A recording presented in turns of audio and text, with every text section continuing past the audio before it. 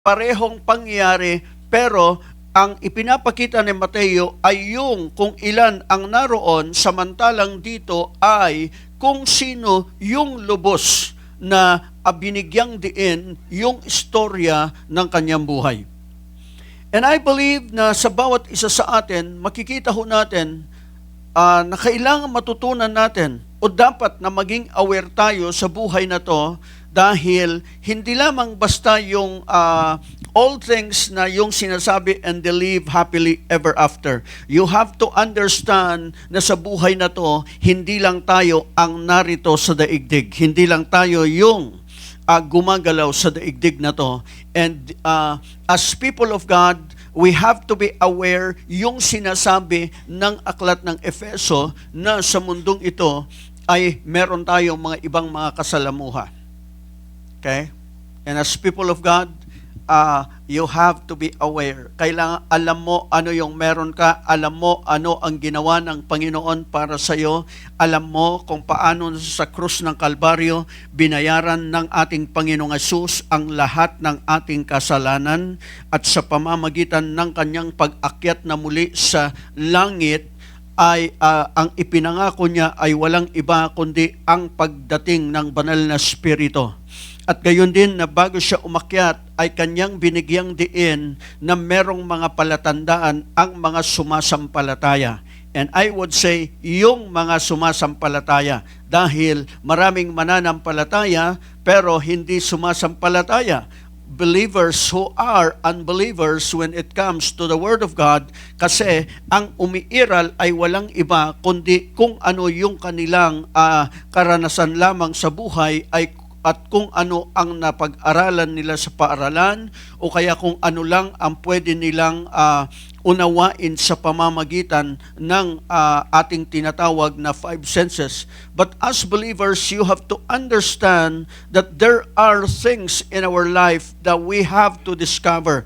Hindi ho tayo iniwan ng Panginoon na pagkatapos niyang umakyat sa langit ay kawawa sa buhay na to. So if you have your Bibles, I want you first to go with me in Mark chapter 16, and I want to start in verse 17. Okay? So sa verse 17, ito ho yung mga huling pangungusap na iniwan niya sa mga alagad. At tandaan po natin na ang salita ng Diyos ay hindi lamang para sa mga Hudyo, ito ay para sa lahat ng tao at lahat ng sumasampalataya at hanggang sa ating kapanahunan at maging sa susunod na kapanahunan. Ang sabi niya ron, and these signs will accompany those who believe. At eto yung mga palatandaan. So, meron at merong tanda. Meron at merong pagkakakilanlan for those who believe. And the word believe here ay hindi lamang yung tinanggap mo ang Panginoong Hesus bilang iyong Panginoon at tagapagligtas, kundi ito ay tumutukoy sa lahat ng mananampalataya na kung saan isinasapamuhay nila ang kanilang natanggap at pinaniniwalaan nila as if iyon ang siyang tanging katotohanan.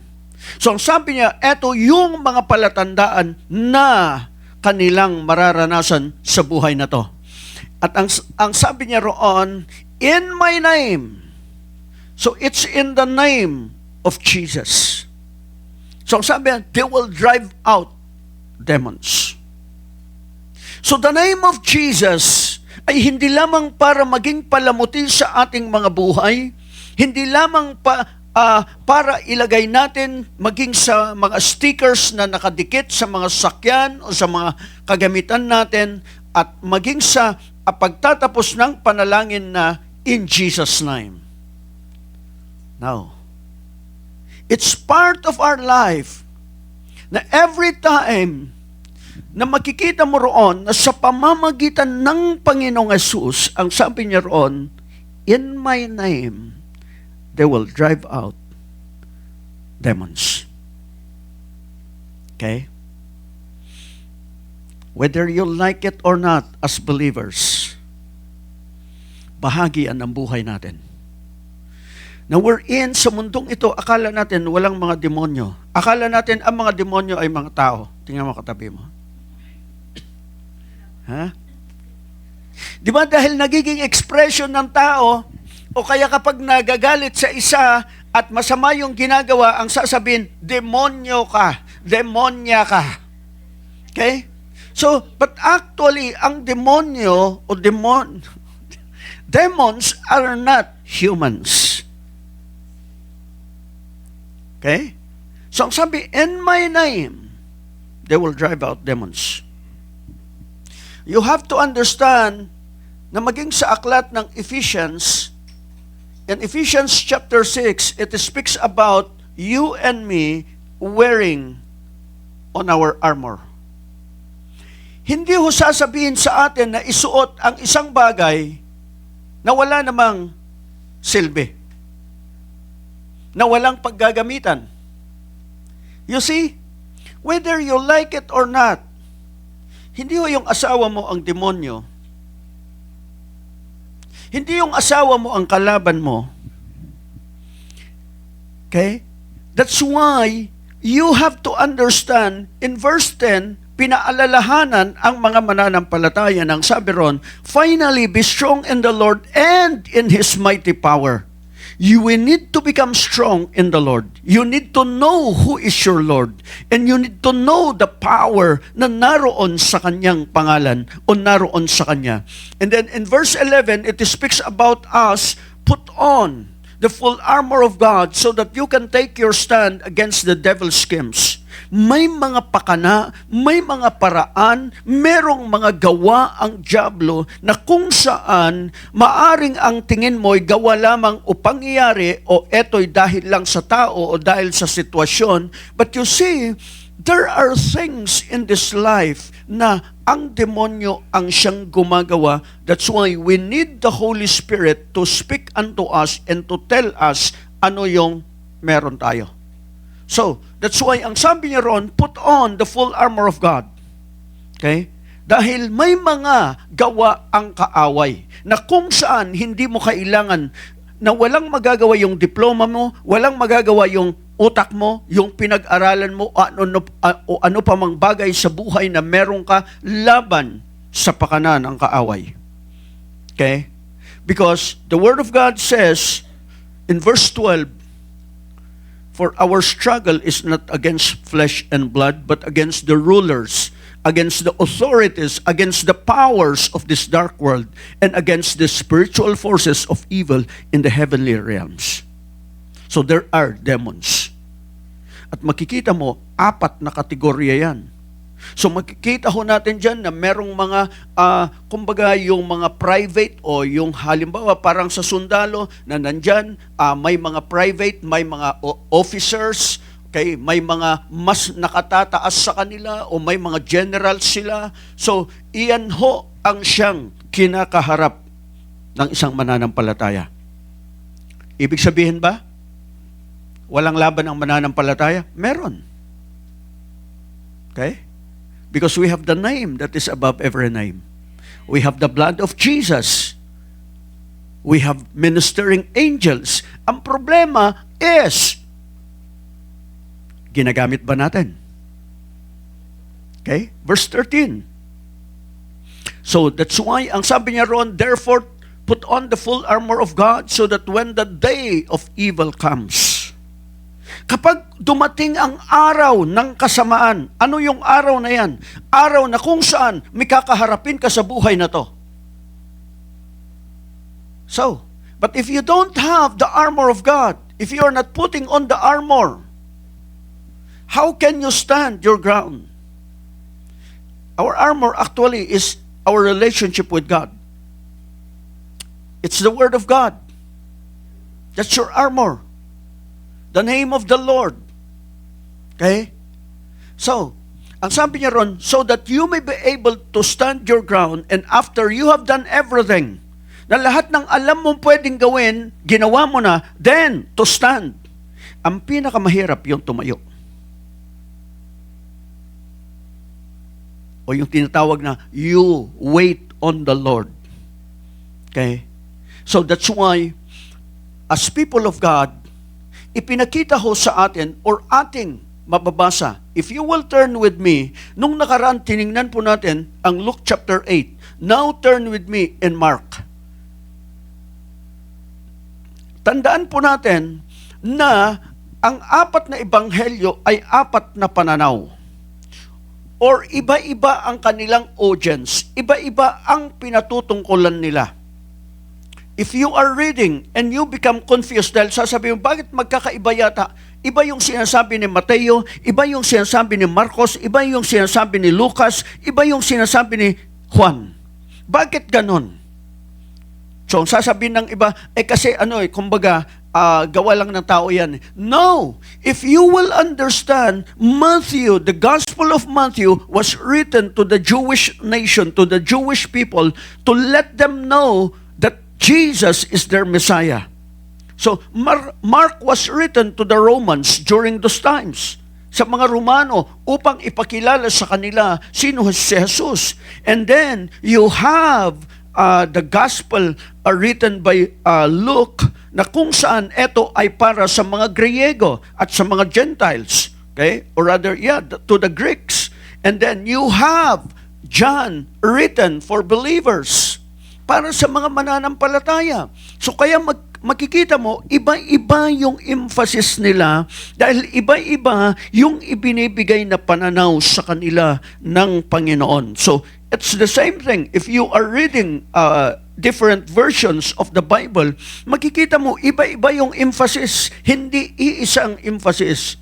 O kaya kapag nakabasa tayo o nakarinig tayo ng isang balita, iba-iba ang binibigyan ng diin. Okay? So, nakaraan, we have been looking what is your story. Actually, your story, my story, our story is a story of elevation. Kung paano tayo iniangat ng Diyos. Bilang mananampalataya, dapat alam mo na ikaw ngayon ay iniangat ng Diyos, hindi iaangat pa lang. Inangat ka na ng Diyos. Okay? You are seated with Christ in heavenly places. Saan ka nakaupo? Kay Kristo Jesus. Saan? Sa upuan ng kanyang pagtatagumpay, sa kanyang kanang bahagi. Naroon sa kanang kamay ng Diyos. Nakaupo ka kasama ni Kristo. Okay? So, if you have your Bibles, go with me in Mark chapter 5. Mark chapter 5 starting with verse 1. So, ang sabi roon, they came to the other side of the sea, to the country of the Gerasenes. If you will be reading Matthew, Mark, Luke, makikita mo yung isa Gergesenes, yung isa Gadarene. So, bakit iba-iba? Actually, it speaks of region. Iisang rehiyon yan.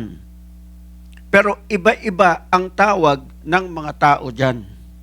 If you go to Israel, merong mga particular na lugar, iba ang tawag ng mga Hudyo sa lugar na yon, iba ang tawag ng mga Arabo, iba ang tawag ng mga Muslim.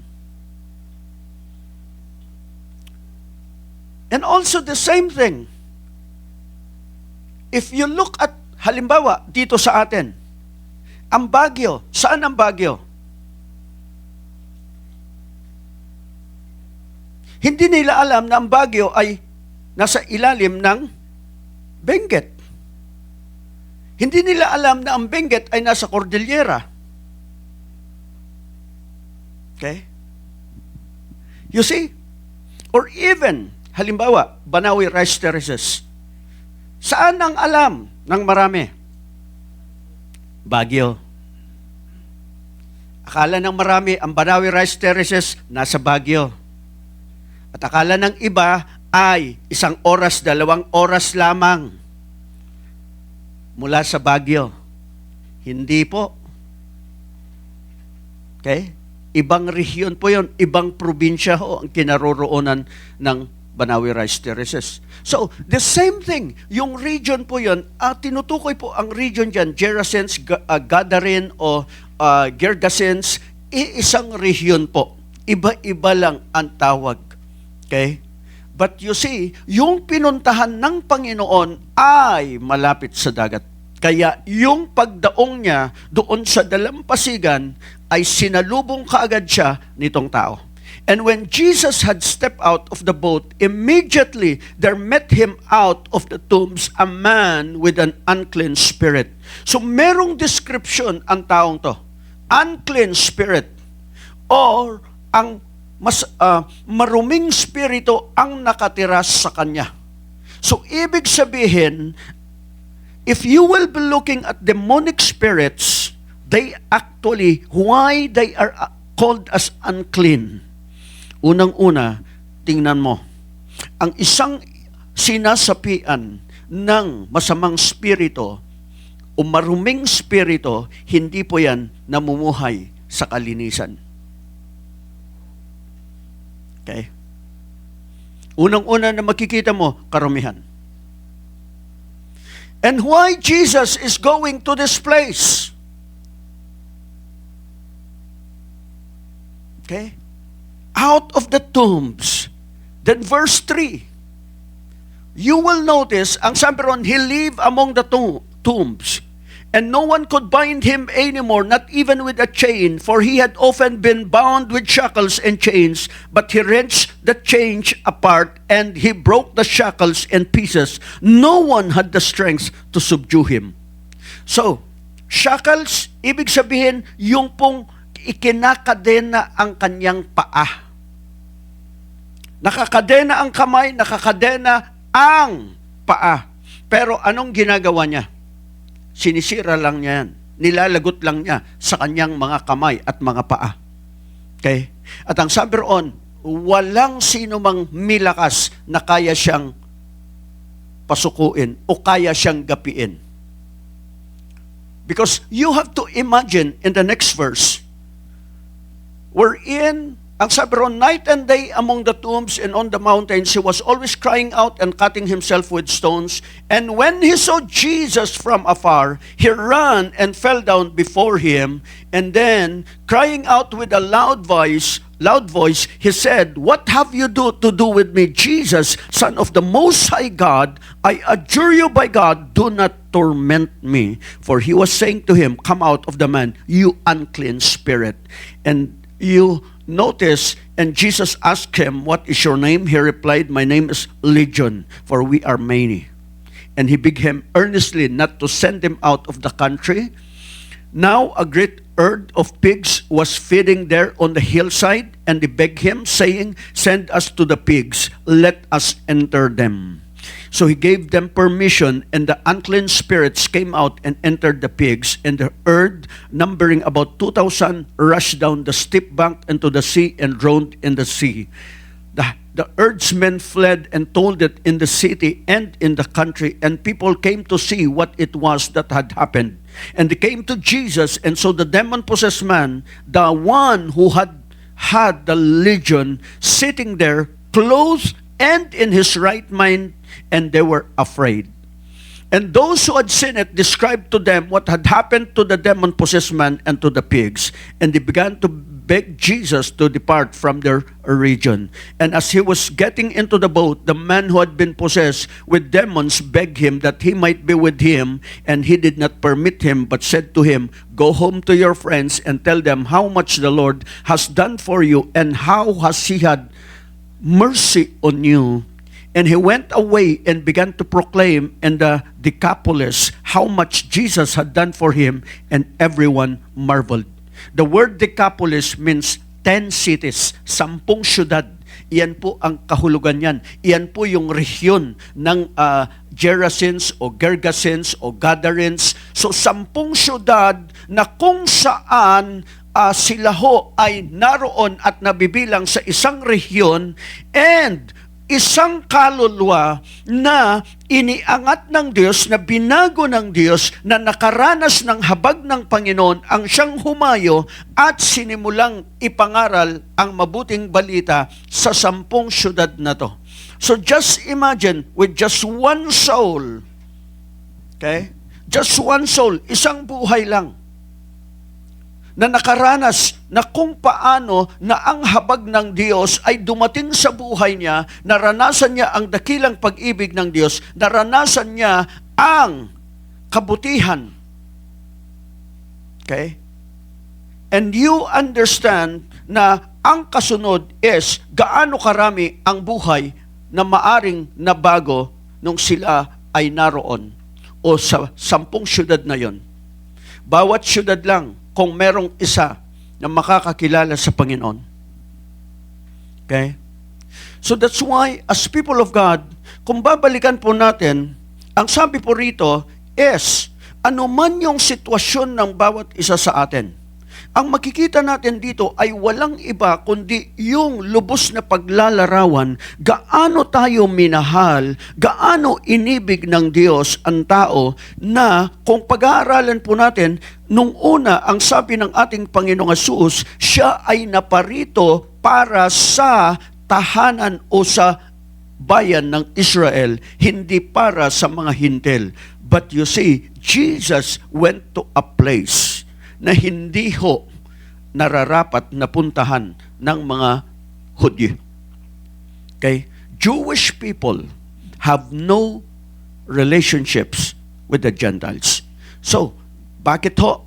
Unang-una, kapag sila ay pumasok, basahin po niyo sa Aklat ng Gawa, ang sabi ni Pedro, ni San Pedro doon sa mga Romano in Acts chapter 10, ang sabi, hindi ho nararapat sa amin na mga Hudyo na pumasok sa bahay ng mga hindi Hudyo dahil iyon ay ibinibilang na karumihan. So, sa unang, actually after Genesis, yung Exodus, Leviticus, Numbers, Deuteronomy, mababasa po ninyo yung mga ipinagbabawal ng salita ng Diyos na hindi pwedeng gawin ng mga Hudyo. Na hindi pwedeng gawin ng mga tao na naroon sa ilalim ng kasunduan kay Moses. O yung tinatawag nating lumang tipan. Okay? So, bawal sa kanila ang lumapit actually sa patay. Pag lumapit ka sa patay, o kaya pumunta ka ng sementeryo, kailangan mo ng 1 linggo na quarantine para ikaw ay maging malinis. Okay? So, how much more dito na unang-una pumunta si Jesus. At anong ipinapakita roon? Kasi ang mga Hudyo, even if you will be reading the life of the apostles, pagdating na sa mga Gentiles, ayaw nilang makisalamuha. Si Pedro nga, inaaway nila eh. So makikita mo, sobrang bias nila. Pero dito, ipinapakita ng Panginoon, tayo, marami tayong bias. Tingnan mo katabi mo. Gaano ka bias? Ha? Nung eleksyon lang, nitong nakarang eleksyon lang, lahat ng bias ng bawat isa sa atin lumalabas eh. O kaya kapag pinag-uusapan kung sino yung, halimbawa, dating Pangulo o si Pangulong ganito, si Pangulong ganon, o kaya yung Iran at Iraq, o kaya Israel, o ano pa man, o sa Amerika, lahat po tayo ay nagiging bias. So that's why as people of God, you have to understand na gaano man yung ating mga prejudice, hindi ho yun inalintana ng Panginoon, yung pag-ibig ng Diyos, yung biyaya ng Diyos. Ibig sabihin po ng biyaya, because you have to understand, ang sinabi ng ating Panginoon sa taong ito, na pagkatapos lumaya sa kanyang dating kalagayan, ang sabi niya, go and tell them how much the Lord has done for you, how the Lord has mercy upon you. Yung habag ng Diyos. Ang habag ng Diyos, makikita mo kung gaano yung habag ng Panginoon. Okay? Kasi, ang kahulugan ng habag niya, imbis na parusa ang tatanggapin natin, ang tinanggap natin, walang iba kundi ang pabor ng Diyos. Walang iba kundi yung tinatawag na biyaya. Kasi yung biyaya, iyon po yung regalo ng Diyos na ibinibigay niya na hindi po yun gantimpala para sa yung mabuting ginawa. Okay? Kaya ano pa man ang iyong ginawa, ang biyaya ng Diyos ay naroon at nananatili. at patuloy na iniaabot sa atin. That's why, even ang taong to, wala pa siyang ginagawang mabuti. Wala siyang ginagawang, hindi siya mananampalataya, hindi siya naniniwala pa sa Panginoon, hindi pa siya nananampalataya. But I believe there's one thing, the grace of God, yung larawan, kabuuan ng larawan ng biyaya ng Panginoon na iniabot sa taong to. Makikita natin dito yung biyaya, yung habag, yung kagandahang loob, yung pag-ibig ng Diyos, it's on a full display to this person. Okay? So, ganun din sa atin. Kaya ano pa man yung mga biases natin. So, makikita ho natin dito na nung pumunta rito ang Panginoon, eto, yung taong pinuntahan niya, unang-una, demon possessed. Gaano karaming demonyo ang naroon at nakatira sa kanya. That's why, as people of God, kapag ang tao ay dumaraan sa problema, halimbawa tayo, kapag dumaraan sa iba't ibang uri ng pagsubok, madalas ang sinasabi ng tao, eto ay, o sinusubok ang kanilang pananampalataya, sinusubok sila ng Diyos. No. If you understand who your God is, that's why doon sa Romans chapter 12 verses 1 and 2, ito yung sinabi niya. Na unang-una, okay, ang sabi niya, therefore, I urge you, brothers and sisters, in view of God's mercy. Tingnan mo yung habag ng Diyos. Tingnan mo kung gaano ka kinahabagan ng Diyos, gaano ka kinaawaan ng Diyos. Nang sinasabi niya, tingnan mo kung gaano yung awa niya, yung habag niya sa iyo. Kaya yung katawan natin ay dapat na ito ang siyang handog natin ng pasasalamat sa Diyos. Offer your bodies as a living sacrifice. Na kumbaga, kailangan matutunan ng bawat isa sa atin na hindi lahat ng gusto natin gawin ay pwede natin gawin sa ating mga katawan. Kundi yung katawan natin, tratuhin mo na iyan, unang-una sa lahat, iyan ay regalo ng Diyos, nanggaling sa Diyos, and then, sino ang nakatira dyan? Sino gusto mong tumira? Yung legion? O lechon?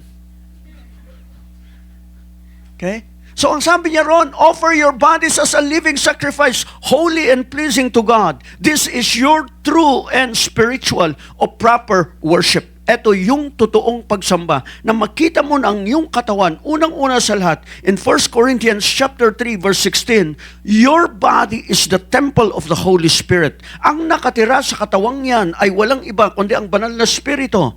Kaya ang sabi niya ron, don't you know that you yourselves are God's temple and that God's Spirit dwells in your midst?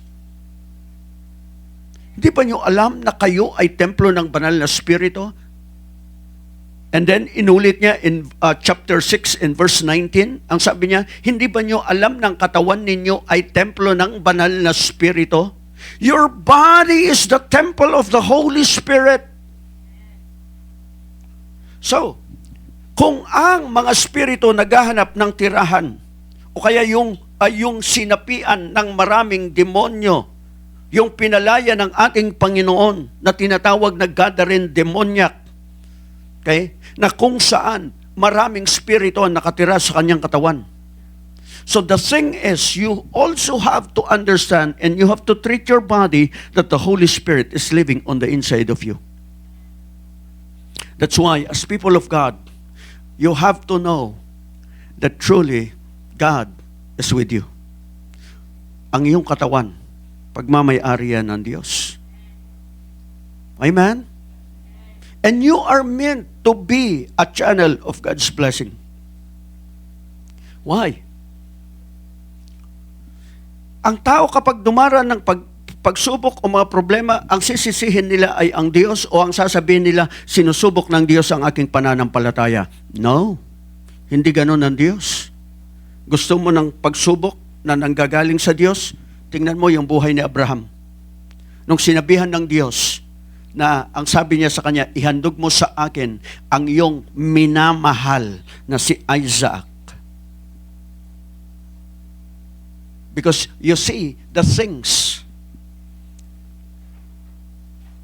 Sabi niya, bakit hiningi ng Diyos? Kasi yung attention ni Abraham wala na sa Diyos. Ang attention niya ay nandoon na, doon sa bunga ng pangako ng Diyos. Hindi na doon sa Diyos. And sometimes nangyayari yan sa atin. When God blesses us, yung blessing, iyon ang siyang nagiging mga idols natin compared doon sa sumagot o nag-provide ng mga hiniling natin. So, that's why you have to understand that each and every one of us, lahat po tayo, hindi ho hihingin ng Diyos ang isang bagay or hindi ho niya tayo pahirapan para subukin ang pananampalataya natin. Hindi kanya bibigyan. Yung iba siya, sabi niya, salamat sa Diyos, sinubok ako, kaya ako nagkasakit. Do you think that's the way of God? If you know God as the Heavenly Father, bibigyan kanya ng karamdaman para subukin ka? Para tingnan kung may pananampalataya ka o ano pa man? No, I don't think so. Kung dito nga, naroon ang habag ng Diyos at inabot, kahit saan man naroon. So just imagine, eto, ilang linggo bago maging malinis ang Panginoon at ang mga alagad. Pumunta sila sa mga Gentiles. Pag pumunta ka roon, ang sabi roon sa batas ni Moses, 1 linggo o 7 araw na ikaw ay i-quarantine bago ka maging malinis. Pumunta sa Gentiles. Pangalawa, nasa sementeryo, malapit sa sementeryo. Di po ba? And afterwards, yung region na yon, ang daming baboy. You see? Kung naunawaan mo ang kultura na meron sa Middle East, sa kanila, bawal ang baboy. Kapag napalapit sila, sila'y itinuturing na marumi at kailangan nila ng 1 linggong quarantine para maging malinis. So biruin mo kung ganun ang uri ng buhay natin, edi lahat tayo quarantine. Lahat tayo hindi pwedeng humarap sa Diyos. Buti na lang, wala tayo sa ilalim ng ganung batas. Amen? That's why as people of God, you have to be thankful. Malaking bagay. You see, you have to know who your God is. Kailangan kilala mo, kailangan alam mo ang Panginoon. Kilala mo sino siya sa iyong buhay. Amen. Dahil kung hindi mo kilala, ano ang mangyari sa iyo? So, dito ho, one thing that I understand, going back, doon po sa verse 4, or rather, sa verse 2, ang sabi niya roon, and when Jesus had stepped out of the boat, immediately there met him out of the tombs a man with an unclean spirit. Okay? And then yung verse 6, makikita mo roon, na malayo pa lamang si Jesus, and when he saw Jesus from afar, he ran and fell down before him. Ang taong sinasapian, may oras ho na malakas ang kanyang kalooban. Merong oras na lumalaban yung kanyang isipan. Kasi meron tayo free will. But how many people have surrendered their free will to others? Kaya makikita mo roon, bakit sa verse 2, nung makita niya si Jesus, kahit malayo pa lamang si Jesus, sinalubong na niya. Sa palagay mo, ganun ang gagawin ng demonyo?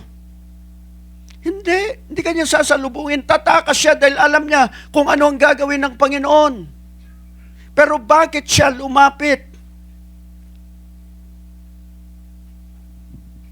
Nagtatalo sa loob ng tao. Lumalaban. Dahil alam niya, sabi niya, eto lang yung magbibigay ng kalayaan ko. Siya lang yung kasagutan. Because you have to imagine, ang tagal na niya na gustong tapusin ang buhay niya. Bakit gusto niyang tapusin ang buhay niya? Para yung mga nakatira sa kanya ay mawalan ng tirahan. Kaya gusto niyang magpakamatay. Yun ang dahilan na siya ay pumupunta sa mga kabundukan. Bakit? Gusto niya magpakamatay eh. Bakit niya sinusugatan ang sarili niya? Pero pinipigilan siya ng mga demonyo. Para ano? Para meron silang tirahan. See? Kaya nung lumapit, nung makita niya si Jesus, ginawa niya kung anong magagawa niya. Dahil meron pa siyang free will. And you see, he ran to Jesus. And now, yung verse 7, makikita mo, sino ang sumagot? Sino ang nagsalita? Yung demonyo, spokesperson, na naroon doon sa tao. At ang sabi roon is, what have you to do with me, Jesus, Son of the Most High God? Son of the Most High God. Na kapag tiningnan ho natin, anak ng kataas-taasang Diyos. Dahil kahit sa ang sulok ng mundo, kahit sa ang sulok sa Pilipinas, merong mga iba't ibang uri ng Diyos. Meron tayong mga tinatawag na Diyos-Diyosan.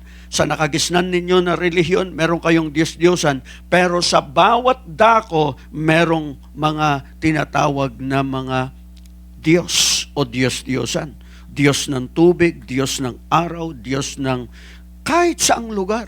Merong mga tinatawag na mga spirito na nakatira doon. At sa mga ilog kung saan may mga nalulunod, ang sinasabi nila, merong nangunguha dyan dahil merong nakatira dyan. Well, it's a demonic thing. It's a demonic idol. Yes. Totoo yun. Pero kahit sa ang sulok, may kinikilala silang kataas-taasang Diyos. Nakakaiba doon sa mga Diyos na nakagisnan nila. Ngayon, ang sabi niya, I adjure you by God, do not torment me. The word adjure, it means I pray. So sabi nila, hindi pa to panahon para kami ay yung itapon upang kami ay yung itorment. So bakit? Kasi alam nila yung itinakdang panahon sa kanila. If you will just go with me in Revelations chapter 20. Revelations chapter 20. Okay? In verse 15, mababasa ho natin doon, ang sabi niya roon, anyone whose name was not found written in the book of life was thrown into the lake of fire. Kapag binasa ho natin mula verse 1, okay, can we just read it in verse 1? Ang sabi niya roon, and I saw an angel coming down out of heaven, having the key to the abyss. Doon sa aklat ni San Lucas, ang sabi ng mga demonyo, hindi pa panahon para itapon mo kami sa abyss. Ano yung abyss na to? Isang lugar na kung saan walang, kumbaga, ihuhulog sila o isang uri ng bilangguan wherein walang, ano sabi doon? Wala kang lalapagan. Bottomless pit. Wala hong hangganan. Suspended lang sila, nakalutang sila. So sabi niya, okay, eto, sabi niya, doon mo ba kami dadalhin? Because it's a place of torment. Okay? And you have to understand na ang sabi roon, hindi pa. Show me verse 2. Ang sabi roon, is this the dragon, that ancient serpent, who is the devil or Satan, and bound him for 1,000 years. Pagkatapos po noon, doon siya itinapon. He threw him into the abyss and locked and sealed it over him to keep him from deceiving the nations anymore until the 1,000 years were ended. After that, he must be set free for a short time. 1,000 years. Pero wala pa ho tayo doon sa 1,000 years. Dahil hindi pa bumabalik ang Panginoon. Okay?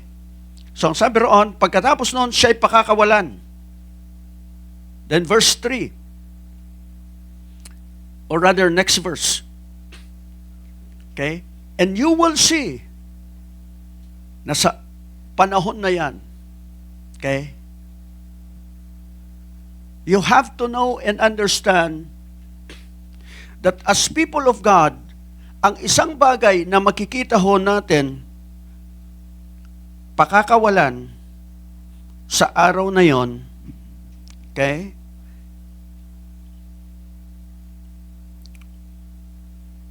Verse 4, mga trono, and afterwards, yung mga tao, na kung saan ang tinutukoy dyan is actually after the tribulation.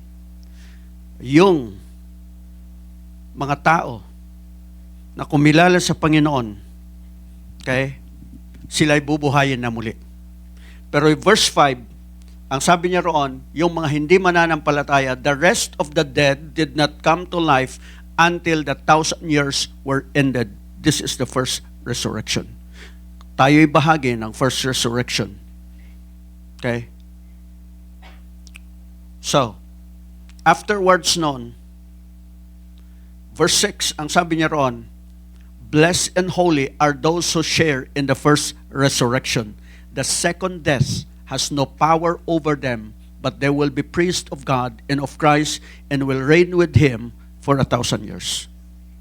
That's why do not take for granted your life as a believer.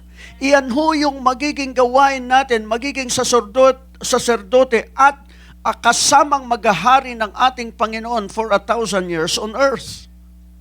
And afterwards, verse 7, and when the 1,000 years are ended, Satan will be released from his prison.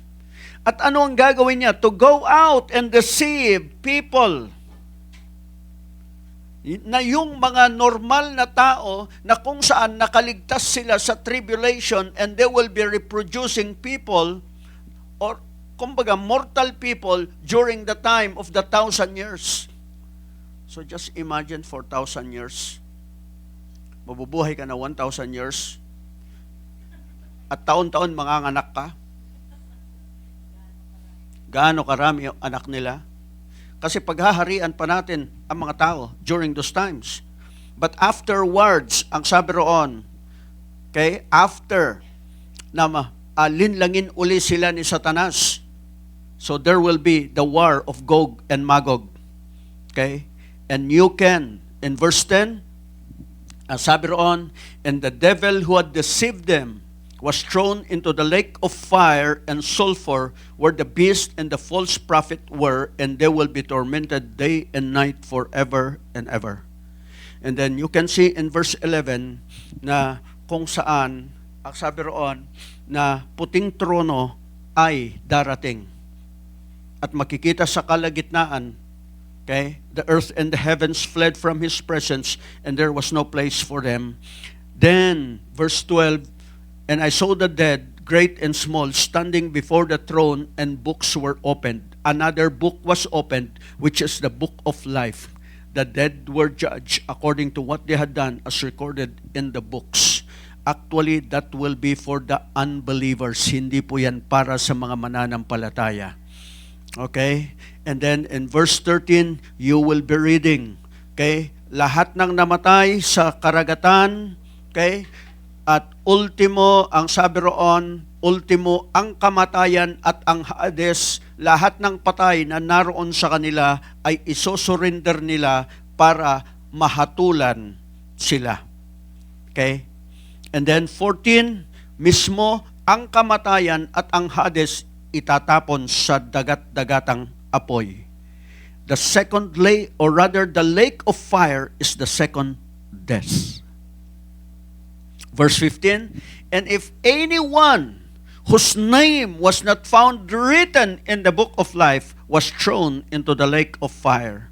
So, you will see, makikita mo riyan, sabi roon, na yung aklat ng buhay nila, and then, isang aklat pa, which is the book of life. Bakit? Kasi ang bawat isa, binibigyang pagkakataon na marinig ang ebanghelyo, kilalanin ang Panginoon sa kanyang buhay upang ang kanyang pangalan ay masulat sa aklat ng buhay.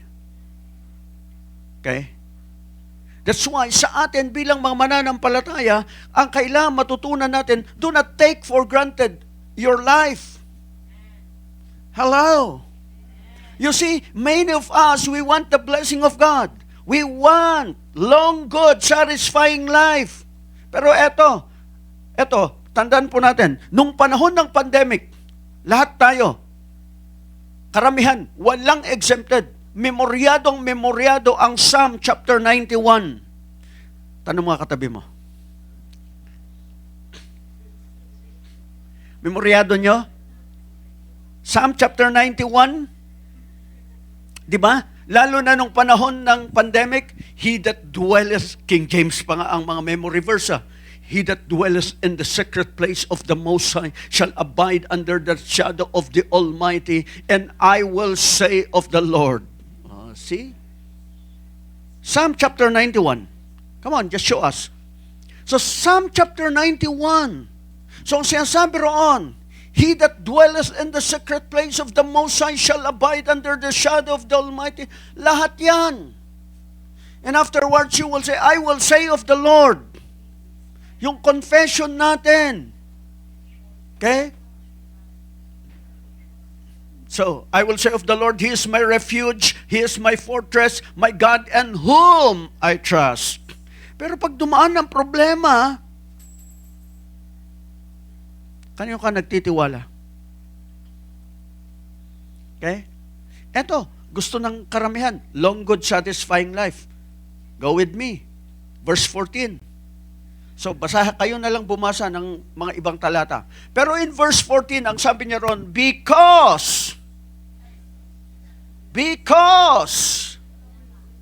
He loves me, says the Lord.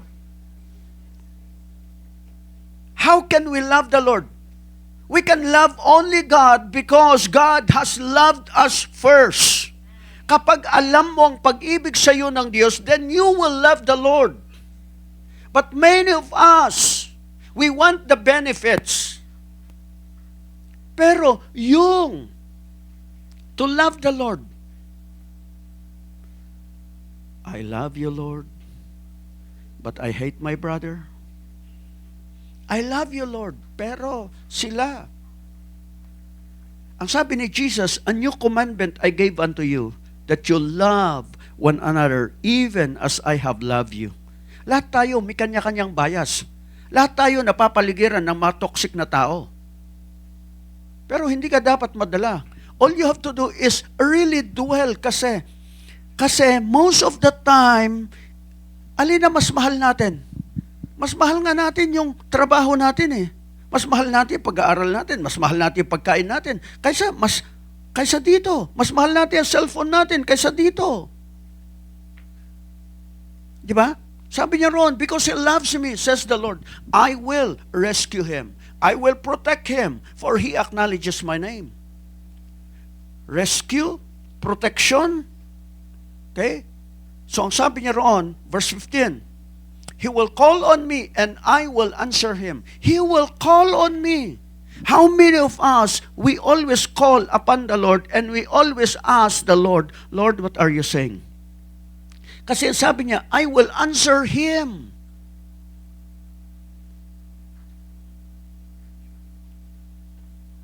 Are you hearing what God is saying to you sa panahon ngayon? Nako, tumaas na naman ang presyo ng gasolina. Nako, apektado na naman ang bilihin nito. Nako, umatake na naman ang US, umatake na naman ang Israel. Nako, hindi yata matatapos to. Nako, digmaan yata to. World War III yata to. Okay? He will call on me and I will answer him. Are you hearing God's voice in your life? Kapag tiningnan mo sabi ng Ebanghelyo, he who has ears, let him hear. Siyang mitay nga, makinig. Lahat tayo mitay nga, pero hindi lahat nakikinig. Di ba? So sabi, I will be with him in trouble.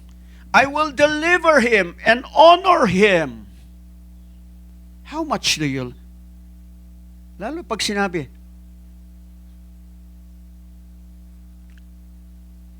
eto, madalas ang pagsubok is, it will always be between what you care most, what you love most, compared with your relationship with God. Hindi kanya bibigyan ng sakit, hindi kanya bibigyan ng kahirapan, hindi kanya bibigyan ng mga problema. Hindi ho yun ang pagsubok na galing sa Diyos. Iyon ho'y normal na pagsubok sa mundo. Pero yung ma-divert ka sa attention mo, katulad ho na halimbawa ni Abraham, mas minahal niya si Isaac, na kumbaga, nandoon na siya doon sa bunga ng pangako ng Diyos rather than panghawakan yung pangako. Or sometimes sa atin, yung answered prayer tayo, yung sagot sa ating mga panalangin, iyon na ang binigyang halaga natin. Iyon na ang nagiging Diyos-Diyosan natin. For example, kung meron kang cellphone, you care more for your cellphone rather than the Word of God, or you care more for your car o tahanan compared sa tahanan ng Diyos to go to the house of the Lord. Love. Okay? Kumbaga, I will deliver him and honor him. Eto, kapag inayakan ang iyong kaibigan para mag-outing, libre kita. Alam mo na merong gawain ng Panginoon. O sige, sama na ako.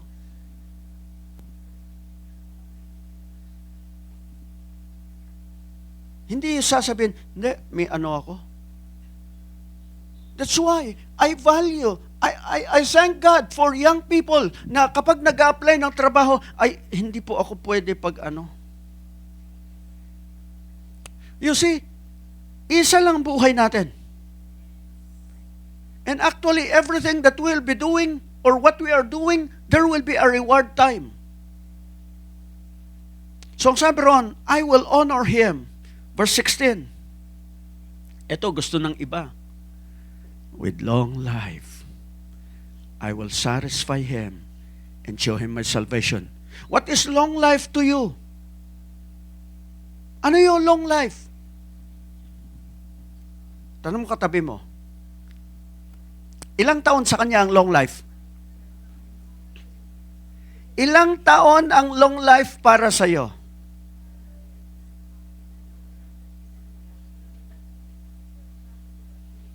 Long life. Sa tatay ko, ang sabi niya, William, kontento na ako. Nakita ko na maayos kayo. Nakita ko yung aking mga apo at maging apo sa tuhod. Sabi niya, kontento na ako. Sa kanya, yun ang long life. Sabi, well, you see, minsan sabi natin, oh, buti pa siya 95 years old. Buti pa siya 100 years old. Eh, hindi ka naman niya makilala. Come on. You desire long life, but you need to desire the strength that comes from God. You need to stay strong in your body. You need to stay strong maging sa iyong pag-iisip para wala kang makalimutan. Hello? Para hindi ka bumalik sa pagiging bata. You see, nakakalungkot na makakita ka. Kumbaga, I have seen people na kung saan ikinakadena o tinatalian ng kanyang pamilya. Bakit ho? More than 100 years old. Pero gumagapang na parang bata. Dumudumi kung saan. Pinaglalaruan niya yung dumi niya. Kaya nakatali ang mga kamay niya. Nakatali ang mga paa niya. Okay? We have experience. Nung magkasakit, o kaya sabi namin selective selective dementia o whatever. Pero yung tiya ko, 84 years old. Anong ginawa ng mga kamag-anak? Yung mga bintana nilagyan ng hinarangan kasi lumulundag siya. Tumatakas siya kung saan-saan siya pumupunta. Okay? Ako, hindi niya ako kilala as William. Nung nandun ako, sabi, ikaw ba yung taga Las Piñas? Yung pinuntahan ko sa Las Piñas, na pumunta pa nga tayo ng Divisoria, pumunta pa ng Baclaran. Ikaw yung pastor, di ba? Yun ang pagkakilala niya sa akin. See? Even if you will reach 90 or 100 years old, paano kung di mo kilala sarili mo? Do you think that is a long, good, satisfying life? With long life, I will satisfy him and show him my salvation. Si Moses, 110 years old. Si Joshua, 110 years old. Si Moses, ang sabi roon, hindi nagbago ang talas ng isip niya. Hindi nagbago ang paningin niya. Maaring si Isaac, sina Jacob, okay, yung kanilang paningin nagbago. Pero yung talas ng isip nila, hindi. Dahil bago sila mamatay, pinatawag yung mga anak nila and then sinalita ang pagpapala ng Diyos sa buhay nila. Long, good, satisfying life. Okay? So you see, you have to understand that as believers, ang naisin ng Diyos sa atin is yung relasyon natin sa Kanya. How is your relationship with the Lord? Okay? How is your love life with the Lord? Yung love life natin sa Panginoon, kumusta? Can we say, I love you, Lord?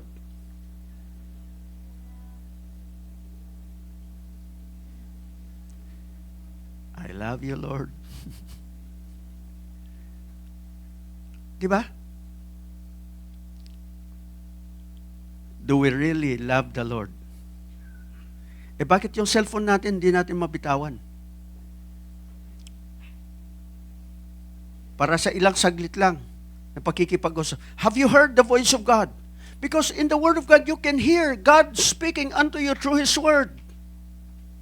You can hear the Lord speaking through preaching or even through praise and worship. Ano mas malakas na tinig? TikTok, Reels? Kape? You see? Marami sa atin. Ito isang bagay na napansin ko. Buti na lang. Alam niyo, malaking bagay ang dapat niyo pasalamat sa Diyos. Dahil wala tayo sa ilalim ng lumang tipan. Nasa bagong tipan tayo. Eto. Napapansin ko yan. Ilan ang volunteers natin? 65 to 70 or 75. Pag lahat yan nagsikain, yung ilang kaldero ng kanin, kulang na kulang. Kaya, pag dumarating tayo doon sa time na kapag ang ulam natin, kaya pasalamat kayo, wala tayo sa ilalim ng lumang tipan. Kasi kung baboy ang ulam, lahat tayo mako-quarantine. Kasi bawal ang baboy sa lumang tipan. Okay? Marumi yan. Paggulay sa atin, alam nyo, ang daming pagkain na tira, ang daming sobra, ang daming take out. Bakit? Dahil yung mga volunteers natin, kahit na mga estudyante pa ang karamihan dyan, biglang nagkakaroon ng maraming pera. Saan pupunta? Ano sasabihin? Busog kami. Saan pupunta? Punta na Jollibee.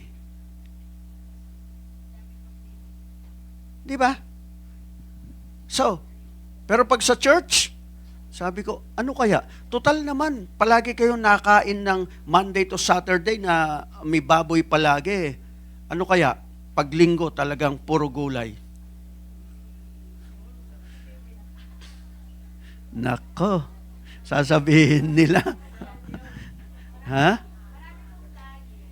Maraming Maraming diet. Kaya ang daming natitira sa atin na, sino rito hindi na nagkakanin? Meron ba? Ha? Ha? Oh, sabi sa inyo marami dyan magbo-volunteer, magdadala ng ulam sa susunod na linggo. Bakit? Kasi, hello, you want long life? Kaya niyong hindi kumain ng karne ng baboy?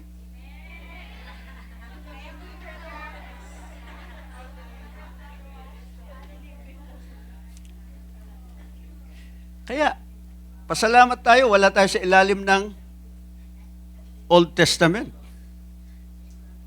Di ba? Pero kayo, amen ha? Pag ang ulam natin ay, pag galing kami ng misyon at ang daming gulay, ang daming natitirang ulam.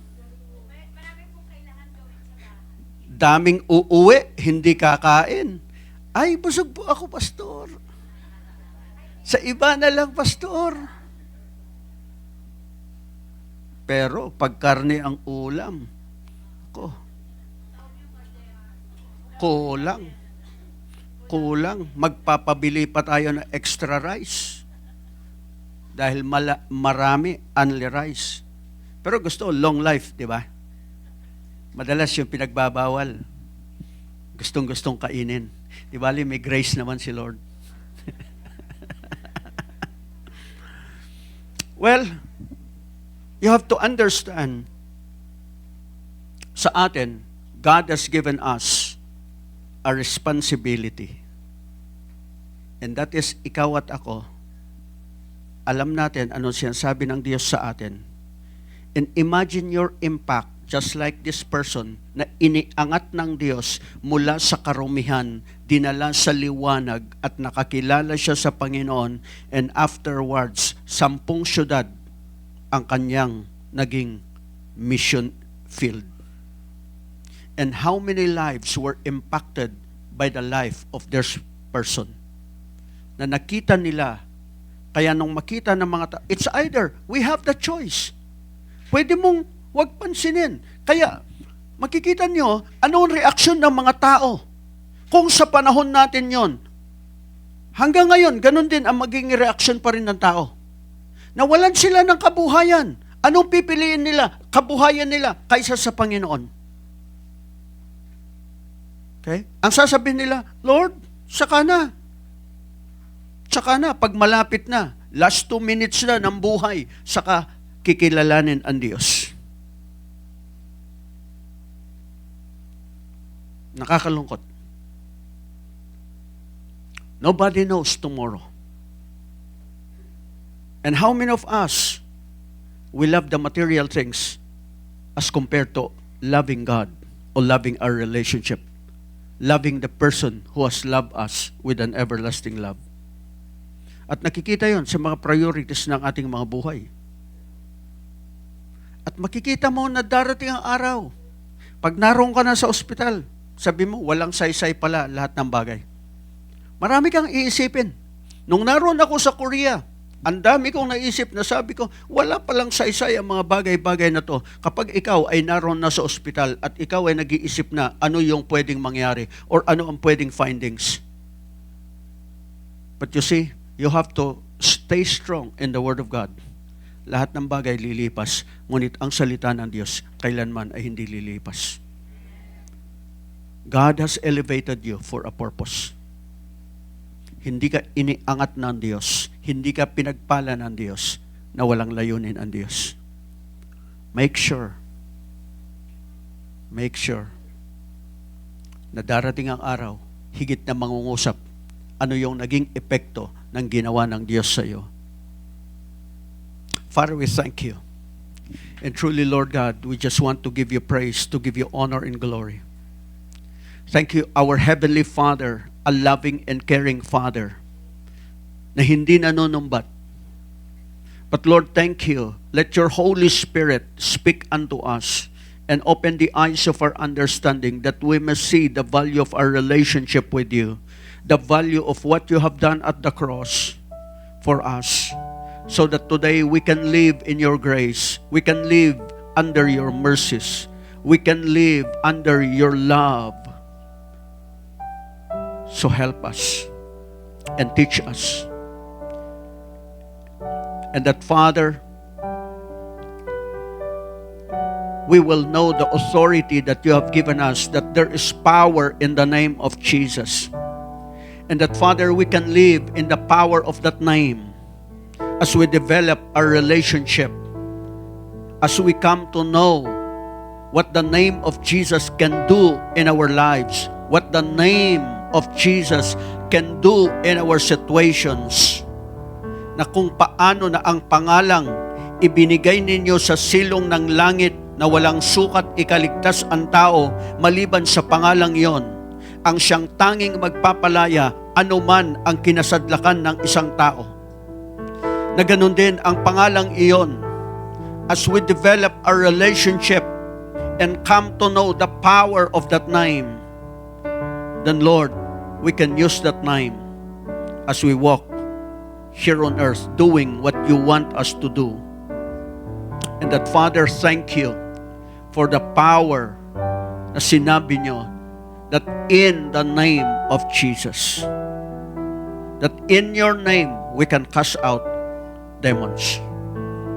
For they have no right over our lives. They have no right over our loved ones. They have no right in our surroundings. For we declare Jesus is Lord. Maraming salamat. I commit your people unto you. And we honor and thank you. In Jesus' name. Amen. Amen. Amen. Hallelujah. So, I would say, sa bawat isa sa atin, lahat ng bagay may hangganan. But make sure that your name is written in the book of life. When it comes to our life, eto, may tanong ako. Kasi, when it comes to our economic life, parehas lang po yan.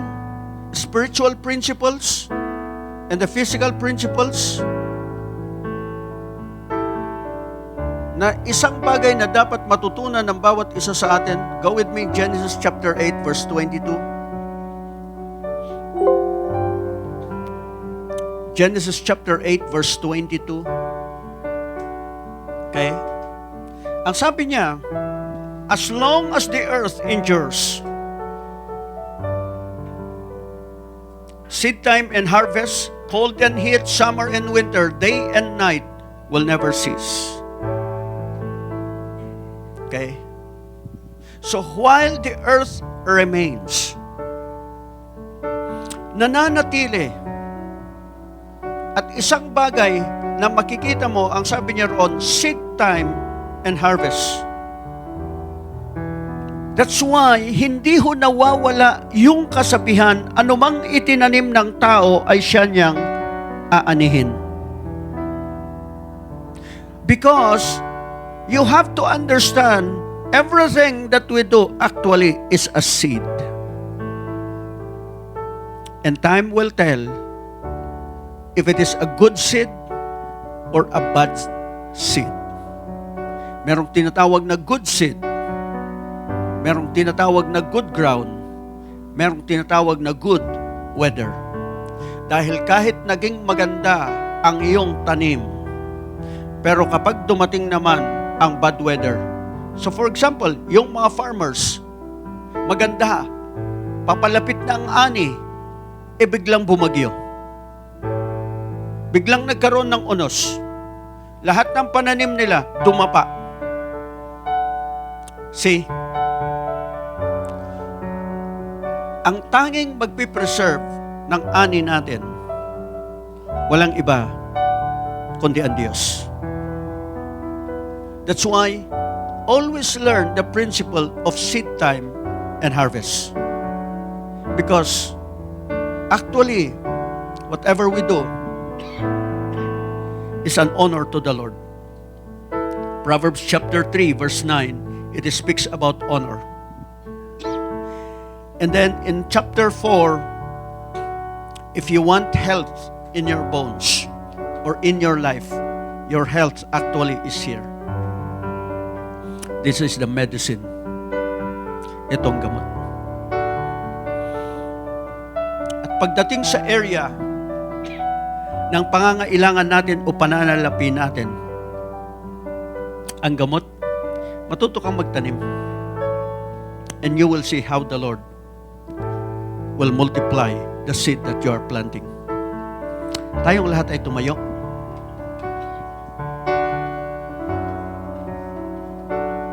And let's prepare for our giving. Hallelujah.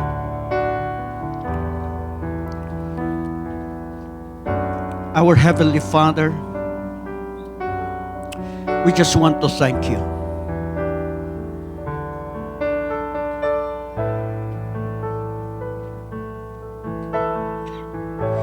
That even in the area of giving, Lord, speak unto us.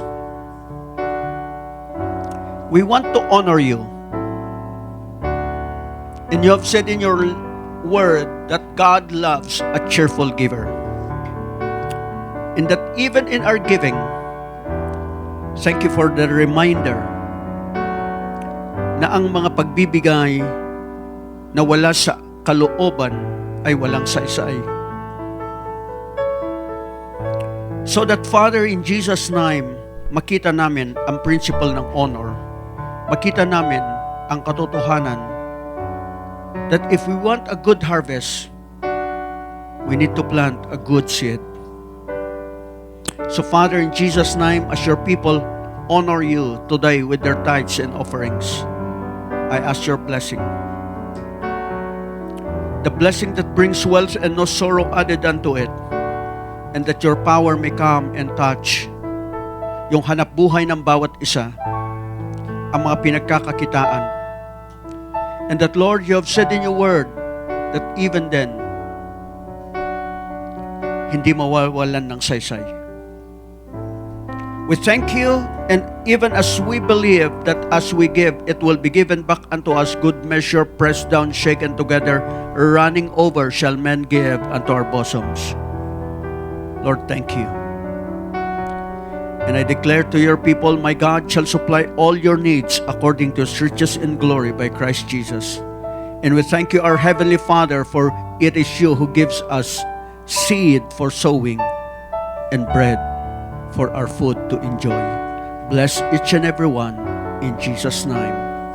Amen.